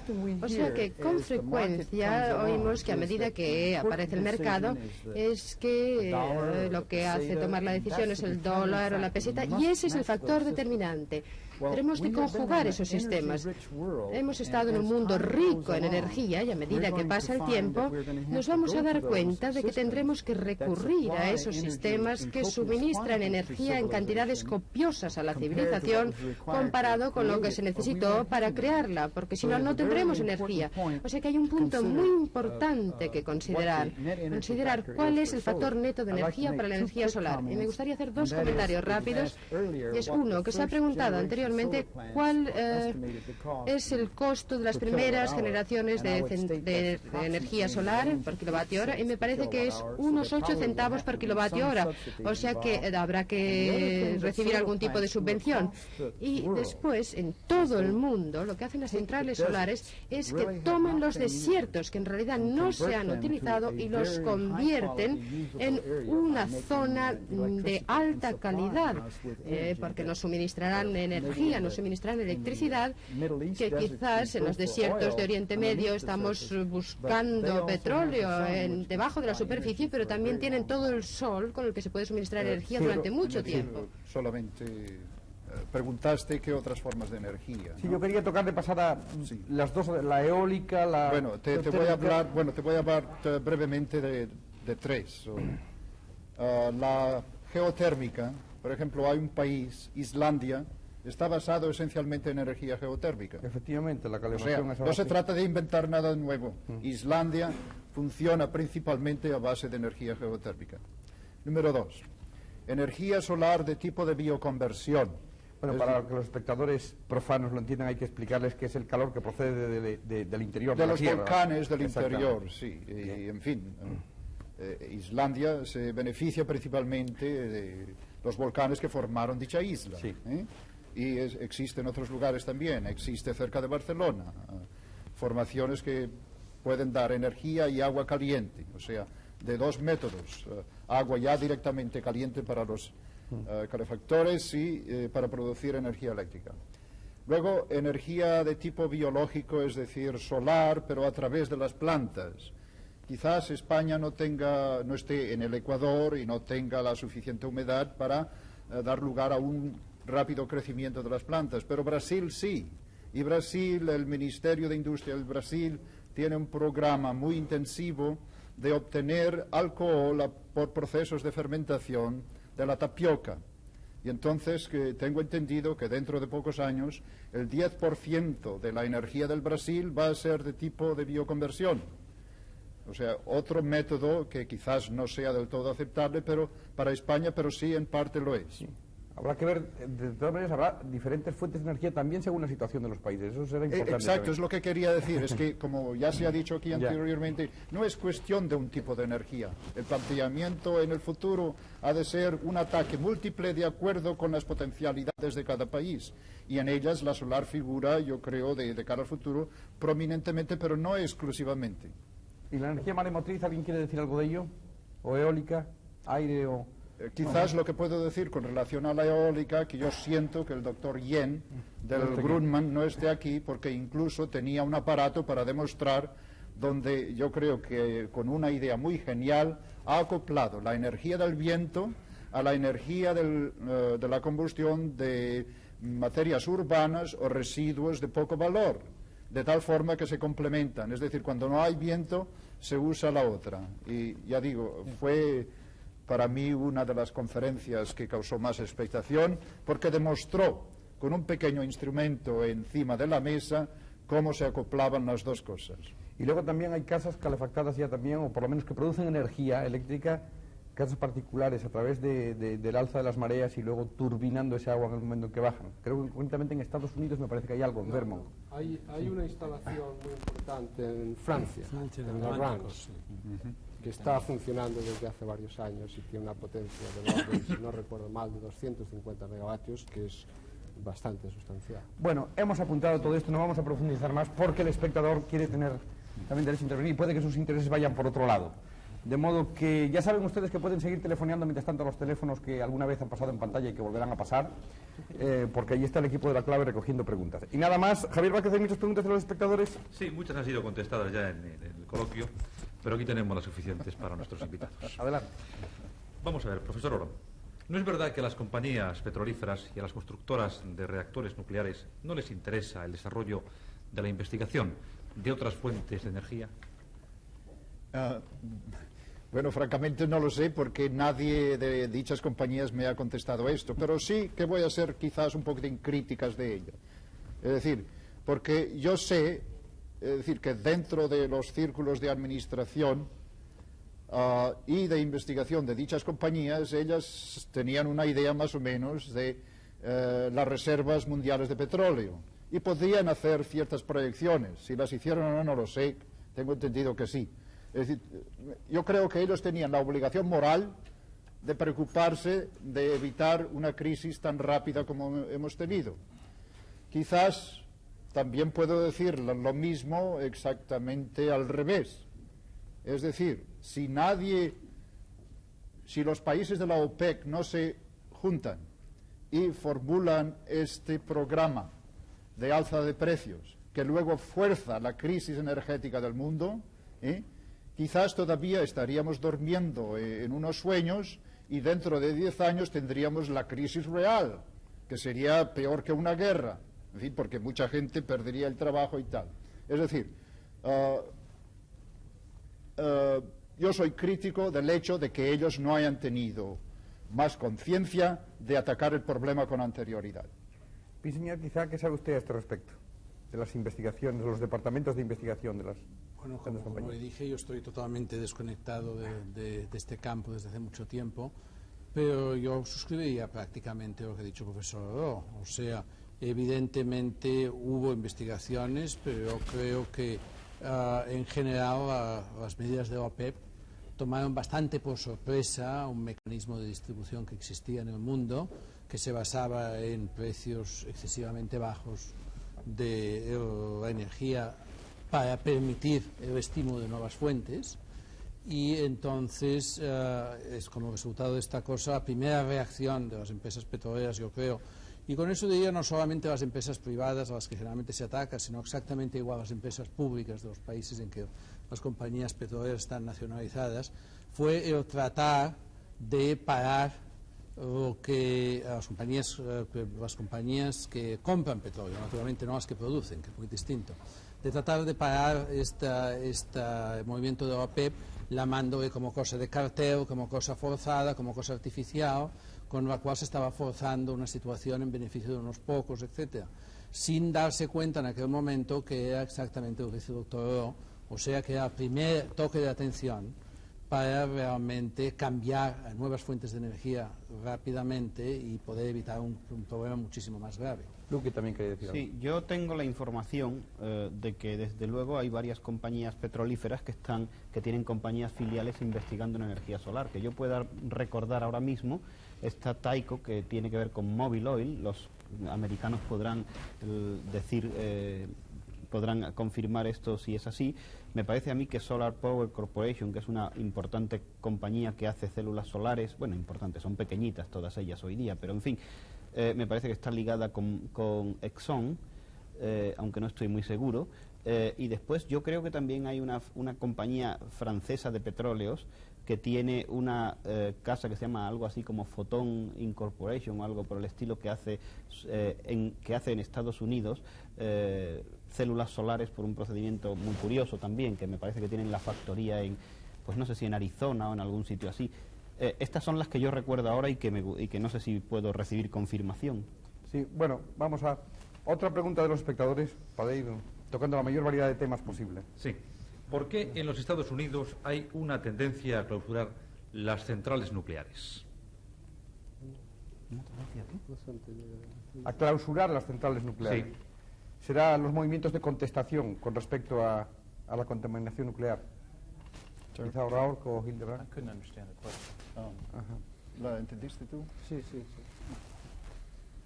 Yo creo que la debe de contestar. Why the United States has a tendency of closing the nuclear centers? En Estados Unidos no hemos cerrado, no hemos clausurado ninguna. Tenemos alguna preocupación.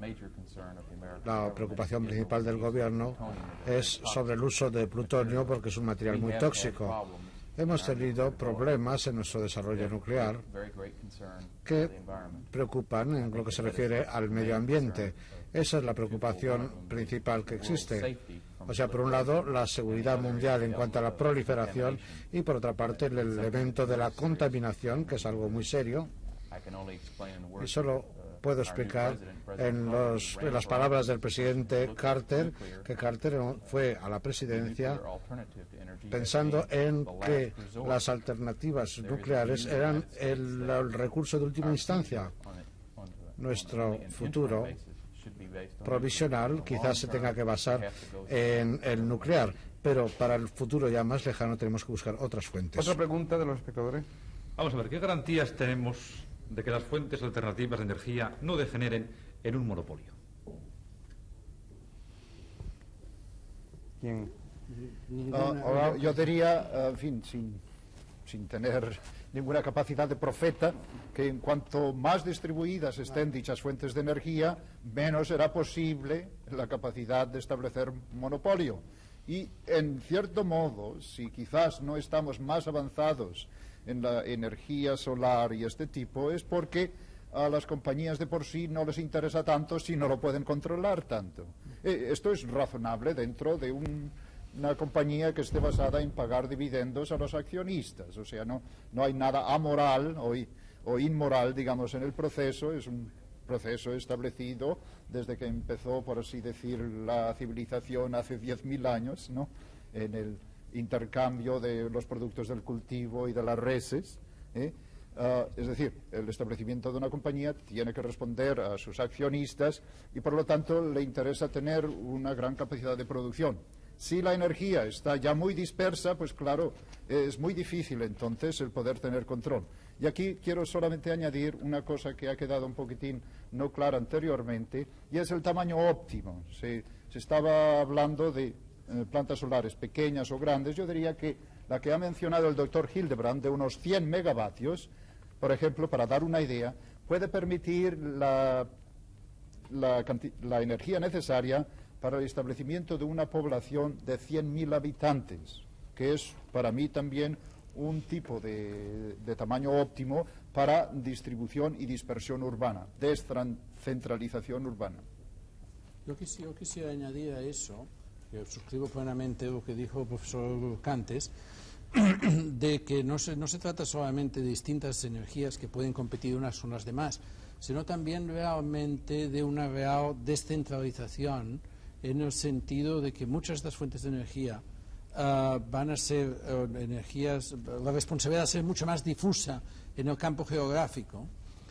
Y entonces, por lo tanto, se va a producir un mecanismo seguramente mucho más flexible de mercado cuando tengamos unas zonas en posible competencia con otras. O sea, a mi entender, la aparición de nuevas formas de energía, sobre todo formas de energía que permiten aprovechar escalas más pequeñas, como está diciendo el profesor Oro, permiten no solamente una competencia de sector a sector, sino de industria a industria, de tipo a tipo, sino también de zona geográfica a zona geográfica colindante. Otra pregunta. Es cierto que unos ingenieros holandeses han descubierto una fuente de energía basada en la descomposición del medio ambiente, y esta no es llevada a la práctica porque sería el hundimiento para el monopolio del petróleo. Bueno, en fin, perdóneme que me ría, es decir, lo dudo mucho, francamente, de que hayan hecho tal descubrimiento.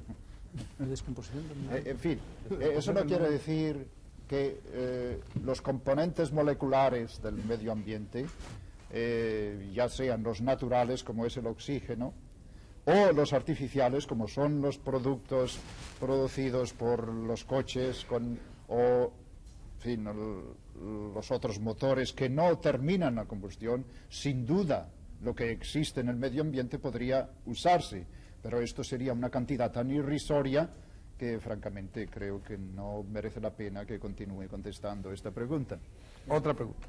¿Por qué no se explota la energía que produce el oleaje marino, cuya tecnología, dice un espectador, está resuelta desde hace muchos años? Yo no he entendido la pregunta. La energía que produce el oleaje marino, esto que habíamos hablado antes de... Sí, no, esta se está usando, el doctor Alonso lo dice. Sí, se está usando sin duda ninguna. Lo que pasa es que para utilizar esta energía se necesita que la costa tenga una configuración determinada y que las mareas tengan una altura determinada. Pero no es mareas, es oleaje. Ah, pero eso se está usando en Inglaterra. Sí. Perdón. Había entendido mareas del oleaje que habla el profesor Luque. Hildebrand quiere hablar de ello. Hay unos experimentos. También existen gradientes térmicos oceánicos, es decir, capas dentro del mismo océano, y pueden haber temperaturas, diferencias de temperatura de 20 grados centígrados aproximadamente.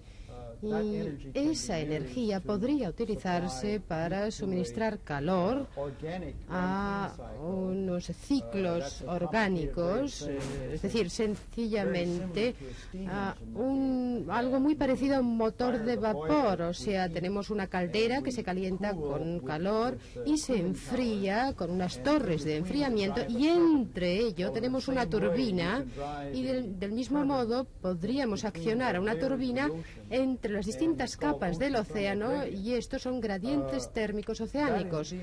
Eso se está investigando intensamente por parte del Departamento de Energía, y parece ser que ya instalarán una planta piloto dentro de 2 años, me parece que están en la fase de planificación.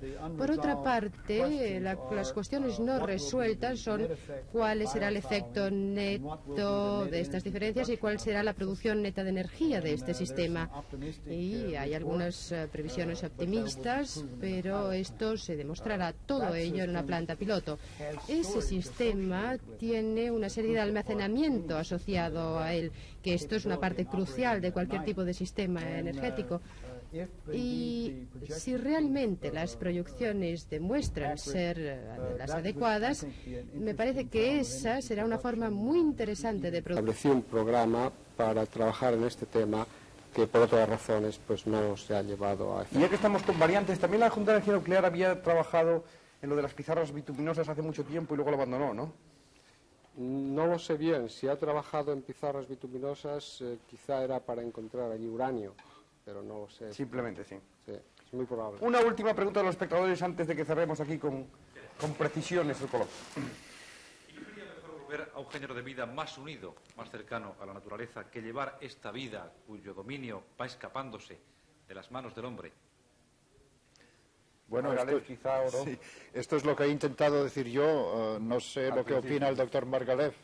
Bueno, yo opino que la vida que llevamos es parte de nuestra naturaleza, y cuando el hombre empezó a usar a utilizar las hachas de piedra, pues emprendió el camino que le ha llevado a los problemas actuales. La esencia del hombre es complicarse la vida. Pero un retorno eso al buen salvaje, eso no, a mí no me es planteable.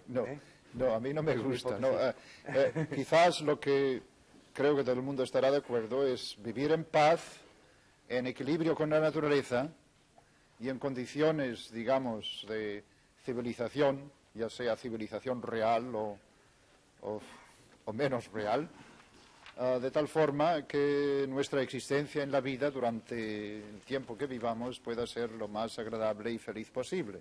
Yo creo que todo el mundo desea esto. Y estoy seguro que en la mente de cada persona, ya sea el esquema ideológico, político o filosófico, tiende hacia esto. Y por lo tanto, yo creo que el uso de la razón debe ser intentar conseguir este estado. Yo quería cerrar con algunos temas en esta línea. Sí, yo tal vez sí. Dentro de esta línea, creo que lo que se plantea es un problema a fondo, es un replanteamiento del modelo de desarrollo, es una cosa que se ha dicho muchas veces, en que realmente estamos. Realmente es un reestudio que debemos hacer en estos momentos, es una opción que debemos tomar a las distintas sociedades. Tal vez estos movimientos ecológicos que con gran virulencia están apareciendo, tal vez son un elemento de detección de una nueva sociedad en que vamos a entrar y que realmente lo que es importante, que las decisiones que tomemos en este momento, que no van a tener un efecto inmediato, porque somos más, podemos controlar más el futuro de 10 años que no el futuro del año que viene, lo que es importante que las decisiones que tomemos en este momento a nivel energético no nos condicionen, y en esto estoy de acuerdo con el doctor Luque, no nos condicionen este futuro a 10 años. En esta línea, entonces, ya ha sido apuntado al principio del programa incluso, pero yo me gustaría más insistir ya en aspectos no específicamente científicos de la cuestión. Por ejemplo, el tema, Alonso, de la energía nuclear nos lleva directamente al tema del secreto cívico-militar con mucha frecuencia. Entonces, precisamente esa necesidad, por razones de seguridades nacionales, de mantener el secreto muchas veces, ese poder creciente y que se multiplica por parte, por ejemplo, de Estados Unidos y de la Unión Soviética, no es específicamente peligroso por el hecho de que llegue a distanciar cada vez más, es decir, que se cree una sociedad de clases internacionales por las cuales 1 o 2 o 3 países sean realmente los que dominen a los otros por ese camino. Sin duda ninguna, el poseer energía y el poderla desprender de forma súbita, en forma de una explosión, da fuerza al que lo posee. Ese es el caso de la energía nuclear. Pero el tener energía nuclear para la producción de energía eléctrica no lleva necesariamente al poder de tener bombas atómicas. Por lo tanto, podemos tener energía nuclear y no plantearse estos problemas que usted dice. Quiero también hacer notar que esto no es específico de la energía nuclear. Me atrevería incluso a decir que la energía solar podría también ser causa de fuerza para los países. ¿Qué duda cabe que la energía solar se puede concentrar? En el caso del horno de Odeilo en Francia se alcanzan temperaturas de 3.000 y 4.000 grados. Como científicos tenemos que suponer que puede, y yo creo que incluso los científicos podrían hacerlo, crear una perturbación en las capas altas de la atmósfera, de tal forma que se podría concentrar la energía solar sobre un determinado punto de la Tierra, tal vez sobre una ciudad, y originar allí un incendio o en un bosque. Esto, evidentemente, en este momento es una utopía científica, pero he de recordar que hay un célebre escritor inglés, Charles Morgan, si no recuerdo mal, que escribió una obra de teatro que en su época se hizo célebre, The Burning Glass, que precisamente planteaba este tema. Y quizá otras fuentes de energía les suceda lo mismo. Quiere decir, eso que usted dice, que se ha referido a la energía nuclear, no es específico de ella, y eso es muy importante tenerlo en cuenta. Y hasta tal punto esto no es importante, vamos a profundizar un poco más, que quizá lo que ocurra es que... ¿No, Luque? Yo estoy totalmente en desacuerdo con el punto de vista de Alonso y lo siento mucho. La energía nuclear tiene una característica muy especial y es que tiene unas unidades elementales de energía enormemente energéticas. Entonces, pocas de estas unidades, de alguna forma, son las que teniendo unas pocas de ellas se pueden tener energías enormes, ¿no? Igual la energía química puede, en calidad menor, por ejemplo la dinamita, etcétera, puede explotar, pero yo creo enormemente difícil que 100 milivatios por centímetro cuadrado de energía se puedan nunca llevar, que es lo que llega a la Tierra, por un metro, que es lo que llega a la Tierra, se puedan concentrar para quemar ninguna ciudad. Armas solares son enormemente difíciles de hacer, yo creo. Pero no podemos desecharlo, quiero decir, lo que he tratado de ilustrar es Sí. Está claro, era una y hipótesis. en el caso del uranio, por ejemplo, lo que se hace cuando se construye una bomba atómica es tener una energía muy diluida, puesto que el uranio se encuentra como máximo en una concentración del 2 por 1000 y concentrarla en un momento determinado, y eso lo hacen los hombres, los científicos. Bueno, una energía muy diluida, pero de cada átomo de uranio que se fisiona sale una cantidad de energía pero enorme. en la naturaleza se encuentra tan dispersa como la energía solar. Me gustaría volver por un momento a la cuestión de la visión a largo plazo y la energía a largo plazo y cuál será el aspecto del mundo a ese largo plazo. He estado asociado a grupos de estudio del futuro y con frecuencia analiza un programa a 2 años, a 4 años, a 5, incluso a 10. Y en cierto modo, esto es como determinar un gran espacio de tiempo o incluso nuestra vida política. Debemos hacer ciertas cosas en estos periodos. Sin embargo, nuestro problema real y el movimiento de la civilización, yo diría que dentro de más de 100 años, no simplemente ahora y no simplemente mañana, si queremos hacer que el mañana esté de acuerdo con dentro de 100 años, es muy difícil predecir qué ocurrirá en el mundo dentro de 100 años y por consiguiente tendemos a evitar estas previsiones. Me parece que valdría la pena tener un grupo de trabajo competente para que definiera lo que existiría dentro de 100 años y las variaciones y las catalogara. Por ejemplo, sabemos que tendremos problemas de agua en el mundo dentro de 100 años, sabremos que tendremos problemas de población.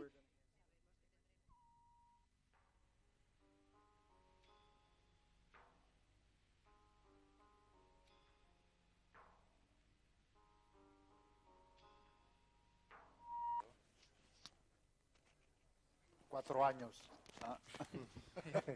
4 años. Pero cada puede ser un vez. punto de partida. 4 años. En los Estados Unidos pensamos del futuro, pero pensamos de las elecciones también. Yo creo que quisiera decir seriamente, quisiera decir que muchas personas hay cosas que no conocen del plan energético de Carter. En Estados Unidos durante muchos años hemos tenido una energía barata. Hemos vivido con una energía barata, hemos basado nuestras instituciones en la energía barata, nuestro bienestar económico en parte se basa en ello y ahora estamos pasando por una fase muy dolorosa. Ha sido muy difícil ser líder cuando hay que elevar los precios, porque eso es lo que estamos haciendo en verdad. Hay muchas personas en Estados Unidos que piensan que la crisis energética es una política de precios. Y cuando oyen que aquí en Europa ustedes pagan $2 por un barril de petróleo, mucha gente cree que esto no es más que una distribución, una nueva distribución de la riqueza del mundo. Pero creo que verán ustedes que en el plan energético de Carter es más saber cómo se va a distribuir, porque el plan que vamos a presentar al Congreso es un plan a largo plazo. Se trata de crear un departamento de energía, un ministerio de energía, para mirar siempre a largo plazo, para mirar hacia el año 2000, para buscar las fuerzas energéticas inagotables o renovables. Estamos buscando, pues, la solución a largo plazo. En este mismo sentido, por ejemplo, ustedes que son científicos y, por lo tanto, no específicamente políticos, quizá O'Rourke, ¿no creen ustedes también, o es muy utópico, pensar que, dada esta importancia que tienen las fuentes de energía, quizá hubiera que sacarlas de las manos de las empresas privadas e incluso quizá de las empresas estatales a niveles por naciones? Es decir, ¿es una utopía pensar en que el mundo a nivel de ONU, por ejemplo, se organice a largo plazo? Mi respuesta a esta pregunta sería que los problemas de ahora en adelante tienen que resolverse por la cooperación de tres entidades principales. Una es el pueblo, es decir, la gente del pueblo, los que tengan conocimientos suficientes para opinar, todo el mundo. El gobierno, por otra parte, siguiendo el mandato del pueblo. Y tercero, la industria especializada. Es decir, tiene que ser una cooperación tripartita al menos, que yo he visto en los Estados Unidos que da muy buenos resultados. Y solo necesito mencionar 3 proyectos que han sido planificados para fines no bélicos ni lucrativos, sino más bien, yo diría, filantrópicos. Se crearon, con la excepción del primero, más que nada para el bien de nuevos conocimientos de la humanidad, y que han sido llevados a cabo por la cooperación de estas 3 entidades. El primero sí que lo fue bélico, fue el Manhattan Project. Allí se resolvió, quizás sea para bien de la humanidad y no para mal, se descubrió el poder atómico. No, se había descubierto ya en 1939 por los alemanes, pero se puso en práctica. Segundo, el proyecto Apolo, el conocimiento de nuestro satélite que proporcionaba conocimientos más sólidos acerca de la naturaleza de la Tierra y del sistema solar. Un proyecto que en los Estados Unidos se gastaron 40.000 millones de dólares como mínimo, pero que dio nacimiento a una gran industria espacial, electrónica y de sistemas de comunicaciones. Y el cuarto es el proyecto Vikingo, que lo he podido vivir más de cerca, desde dentro, y que ha sido un proyecto a precio fijo. Es decir, el objetivo es ir a Marte, conocer Marte lo mejor posible y poner esto a disposición de todo el mundo. Este proyecto solo costó 1.000 millones de dólares, que, en fin, si queremos comparar, es mucho menos de lo que se gasta en cigarrillos, en alcohol, en cosméticos, en cualquier otra cosa en los Estados Unidos, pero lo importante es que fue por la cooperación de estas 3 entidades.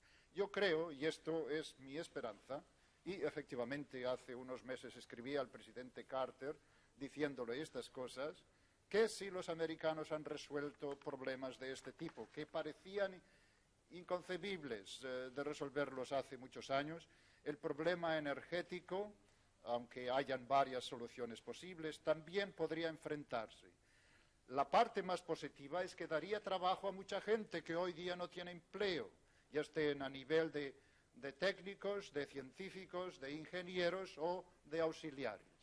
Por lo tanto, creo que si el hombre es racional y inteligente y deja de ser un poquitín, en fin, con esta capacidad un poquitín animal que tiene de predominar sobre los otros, es decir, si quiere repartir su riqueza y su felicidad en proporción de sus capacidades, yo diría que es el pueblo, junto con el gobierno y las industrias privadas organizadas de acuerdo con el incentivo, digamos, de producción, deberían encontrar soluciones para estas fuentes alternativas de energía. Bueno, yo creo que sí, Luque. A mí me gustaría añadir un punto sobre esto que acaba de decir Oro, que me parece que quizá la energía solar, si tiene una, digamos, probabilidad casi determinista, diría yo, de tener éxito, se debe precisamente a que, debido a su modularidad, debido al hecho de que ya tiene probablemente o muy pronto va a tener soluciones rentables en ciertas áreas, se va a desarrollar independientemente del poder de las administraciones, de alguna forma. Es decir, va a ser algo que las compañías van a encontrar beneficio en ir desarrollando poco a poco, antes de que tenga un porcentaje importante en la producción de energía, pero que sin embargo va a ir produciendo experiencia. Y esto me parece que esta característica de la energía solar, nosotros, por ejemplo, en mi laboratorio trabajamos precisamente en este tema, en aplicaciones que probablemente pueden ser rentables a corto plazo. Esta característica de la energía solar me parece que es una de sus mejores garantías de salir. No está ligada, por supuesto, que de toda la ayuda que los gobiernos puedan darle, pues se beneficiará enormemente, y los Estados Unidos se están beneficiando enormemente de un enorme programa de ayuda que el gobierno está dando para esto. Pero es una energía que antes o después va a entrar sola, creo yo. Oyéndoles a ustedes, yo en profano y en nombre un poco de los espectadores, los que no entendemos del asunto, yo pienso que el balance es más optimista, no sé si porque ustedes son científicos y están en ello, de lo que podíamos pensar a priori. Es decir, hay dos puntos fundamentales. Uno, el que usted dice, la diversificación de las fuentes de energía, que quizá haga menos dependientes a algunos países de lo que son en estos momentos. Y segundo, que quizá no sea tan arriesgado la carrera energética que llevamos en estos momentos y que realmente se producirán nuevas cosas y sobre todo nuevas aplicaciones. De modo que me parece un balance relativamente optimista, ya veremos lo que piensan los demás a ese respecto. Y nada más, ya saben ustedes que Barcelona ha sido un punto de partida y que la clave continuará precisamente partiendo de Barcelona en la misma línea, intentando siempre estar allí en el sitio donde podemos y necesitamos encontrar pues esta noticia de actualidad, aunque no sea de la actualidad más inmediata, en este caso lo es, de la actualidad más inmediata. Y por otra parte, decir nada más que la próxima semana tendremos el tema terapia de humor.